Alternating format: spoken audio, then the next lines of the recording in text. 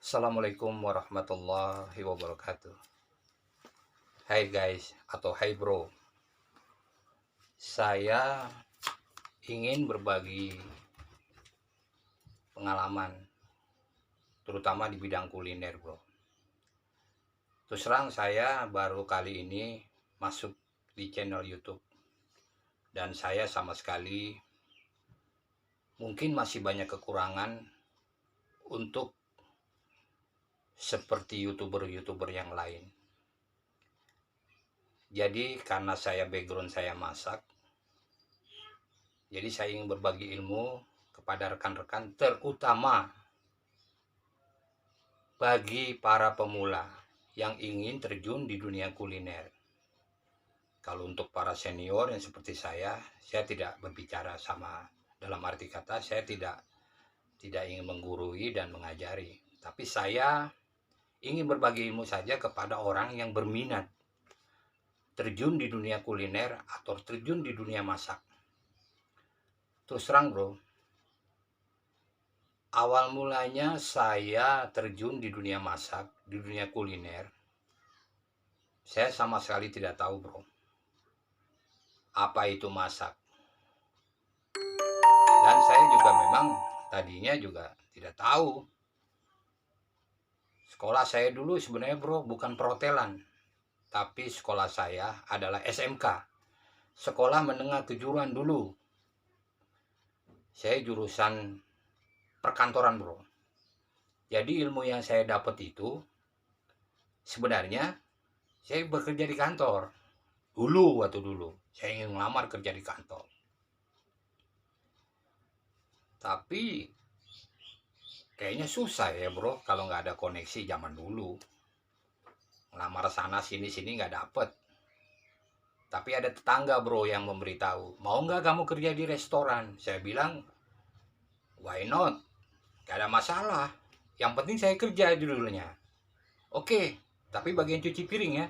Aso dulu dibilang steward, kalau sekarang dishwasher atau steward. Cuci piring bro. Saya nggak ada masalah. Begitu saya masuk, saya interview bagian cuci piring bro. Restorannya besar di Jalan Sudirman. Saya ingat sekali bro, itu restoran Japanese yang paling bagus lah di Sudirman.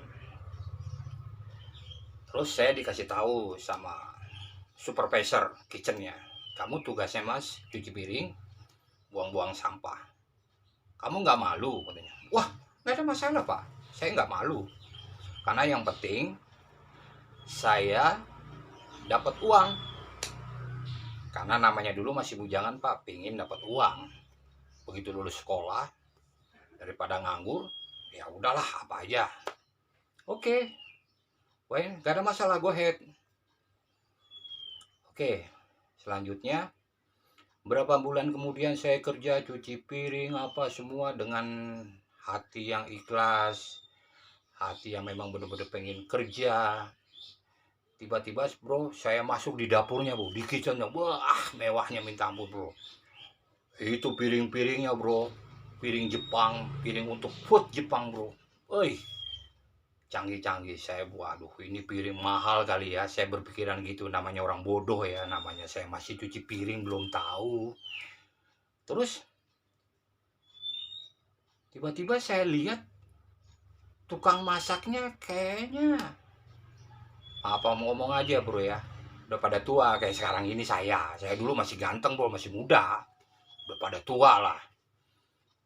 Kok jago-jago banget bro bikin masakan. Saya sambil cuci piring, mata saya liatin orang dapur itu, wah bikin masakan. Kalau Jepang kan bro, kalau masakan Jepang kan beda dengan masakan Western, masakan yang lain bro. Dia tuh detail bro. Jadi step by step, dari segi garnish, dari segi bahan masakan ya, sushi, sashimi, sabu-sabu, yakiniku. Saya lihat tuh beda-beda piringnya bro, nggak sama. Kalau Western tuh masakannya piringnya kebanyakan sama bro plate-nya. Kalau itu tidak. Jadi masing-masing sup atau apa tuh beda-beda semuanya. Oke bro. Jadi singkat kemudian saya bertanya sama seseorang, namanya saya ingat dulu Pak Yulianto. Dia udah senior, dia udah punya anak 3, saya masih bujangan. Saya tanya, Pak mohon maaf, Bapak ini lulusan apa? Perhotelan kah? Saya bilang. Terus dia bilang, enggak lah, saya tuh STM mas, bagian mesin bubut. Saya kaget, kok STM bisa kok masak kayak gini, mesin bubut lagi. Setahu saya mesin bubut kan di bengkel, tapi bisa. Dan setahu saya orang tukang masak rata-rata dulu, saya belum tahu, image saya, pikiran saya tuh orang perhotelan semua, minimal kuliah di perhotelan. Oke, enggak lah, saya enggak kuliah. Nah disitulah bro, saya sambil cuci piring, saya bermotivasi saya dengan semangat yang tinggi. Saya harus bisa seperti dia. Saya harus bisa seperti dia. Oke, singkat waktu, kapan-kapan saya iseng-iseng bro. Waktunya saya pulang kerja, saya tidak pulang bro. Saya izin dulu sama supervisornya. Saya minta mohon untuk bekerja di sini untuk belajar. Tapi nggak usah digaji, tapi saya belajar dalam 3 jam 2 jam. Jadi waktunya saya pulang itu, saya nggak pulang selama 3 jam bantuin walaupun nggak dibayar, karena saya pengen ilmunya seperti itu. Ternyata saya cepat bro, bisa bro, alhamdulillah bisa, karena memang kemauan saya. Terus singkat waktu ada kokinya yang tidak masuk. Nah disitulah saya dilihat, saya punya keberanian, punya ambisi untuk bekerja. Supervisornya langsung minta bantuan saya untuk jadi helper cook, pembantu cook. Saya pikir saya sudah bisa, gak usah jadi helper lagi, saya langsung aja jadi cook, masak sambil didampingi. Alhamdulillah bro, selama 3 bulan itu saya bantu. Singkat waktu ada yang keluar bro. Kalau di restoran itu biasanya kan ada koki yang keluar masuk, dalam arti kata dapat tawaran pekerjaan di tempat lain. Itulah kesempatan buat saya. Saya diterima sebagai cook helper dan saya menanjak karir saya. Terus menanjak. Saya sampai sekarang saya bekerja bukan di, pertamanya memang Jepang bro. Kemudian saya bekerja di kafe, bekerja di hotel pernah di Bali. Makin saya pengalaman semakin banyak bro. Pengalaman saya makanan barat, makanan Nusantara, pengalaman saya makin banyak. Alhamdulillah bro. Jadi begini bro, itulah singkat cerita saya. Jadi bagi para pemula, gak usah takut. Yang penting Anda punya kemauan, pasti ada jalan. Sekarang saya bekerja di Laut Natuna bro, tapi bukan di restoran, di offshore, di tengah laut.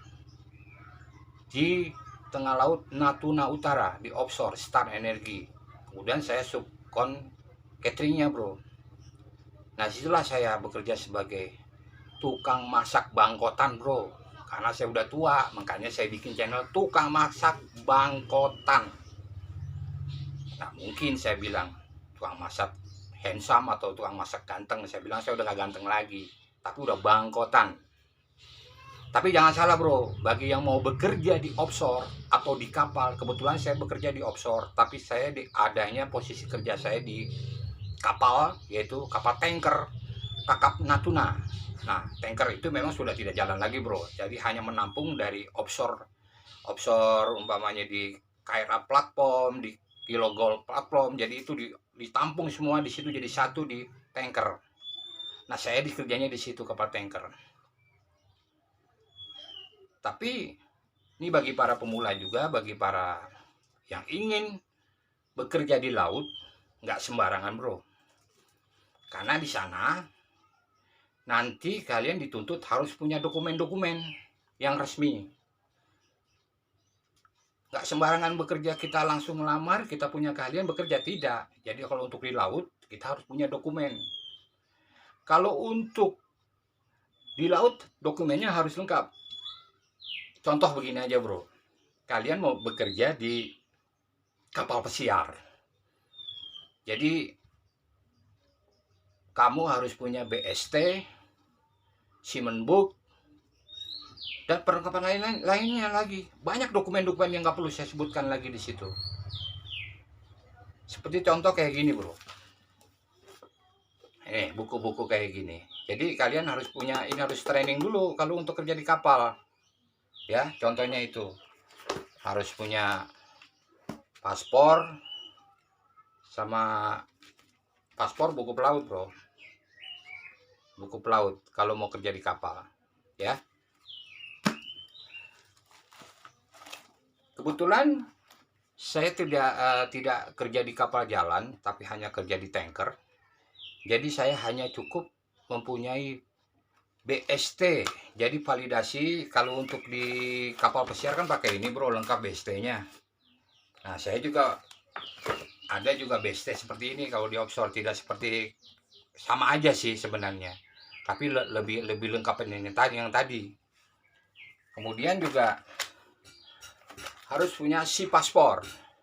Si paspor eh, kalau kita bekerja sama company yang ditunjuk seperti Star Energy umpamanya. Nah, Star Energy ini company man-nya.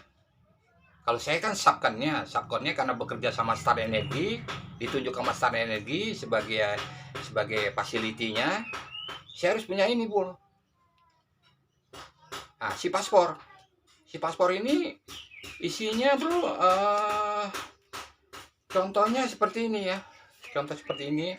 Di sini adanya medical MCU record. Jadi daftar kesehatan kita. Kalau untuk food handler itu 2 kali dalam setahun. Jadi per 6 bulan medical check up, bro. Kalau untuk kontraktor lain hanya setahun saja. Ya seperti kayak kita di tempat lain lah, sama. Tapi untuk medical check up untuk food handler, saya ini food handler, jadi 2 kali MCU. Oke, bro. Terus kalau kita di offshore itu memang langsung kerja, Pak? Enggak. Kita di offshore itu juga, kita selain mempunyai seperti ini, bro, kita harus mempunyai kartu seperti ini, bro, ya. T-Boset. Jadi harus punya ini, kartu ini. Nah, seperti ini, bro. Mendapatkan kartu ini nggak sembarangan, karena kita naik helikopter. Karena nyawa kita tuh, serang aja, kita tuh untuk diantar ke kapal, untuk diantar ke offshore, itu harus pakai helikopter, bro. Kalau kita nggak punya sertifikat kayak gini, kartu seperti ini, kita tidak bisa naik. Ini ada ujiannya, bro. Mendapatkan kartu ini ada ujiannya. Kita harus ke kolam renang dulu sama perusahaan ini yang ditunjuk. Kita latihan survival.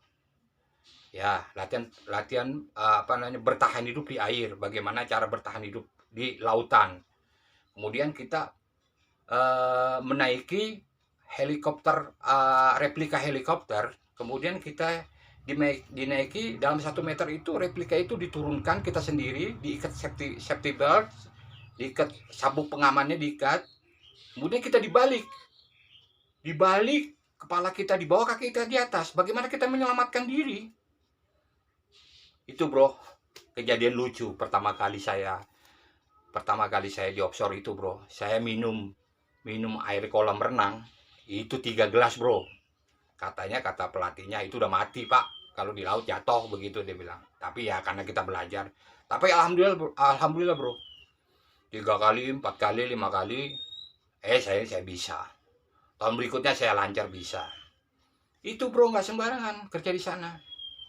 Jadi harus tahu dulu bagaimana bekerja di laut. Minimal kita harus tahu, minimal kita harus bertanya, minimal harus kita apa aja yang perlu disiapkan, baik mental, fisik, dan lain-lain. Karena kita di sana juga kerja nggak 2 minggu, bro. Sebulan, bro, juga di sana. Coba kalau orang yang nggak pernah kerja di laut, di karantina seperti kayak di penjara, bro. Di tengah laut, cuman bedanya dikasih makanan, tempat tidur, layak. Tapi terus serang aja, kalau yang nggak biasa, bro, nangis, bombay, pengen pulang. Nggak bisa, bro, pulang. Kalau belum waktunya pulang, nggak bisa. Kalau waktunya pulang, ya pulang. Tapi kalau belum waktunya pulang, nggak bisa, bro. Itu aja, bro, sedikit tutorial sejarah saya pertama kali masuk di bidang kuliner sehingga menjadi juru masak Bangkotan, Bro, sampai sekarang. Dan saya betah kerja di sana. Karena ya pulangnya sebulan sekali, liburnya sebulan juga, Bro. Jadi di rumah tuh lebih banyak. Terus jadi karena saya di sini sebagai baru untuk mencoba menjadi YouTuber pemula lah. Karena saya banyak nih, Bro. Karena pengalaman saya tuh serang aja, saya expert di masakan Jepang, masakan Barat, masakan Indonesia juga. Saya banyak nih tutorial yang akan saya sampaikan kepada bro-bro sekalian nih, apalagi yang baru baru mau masak.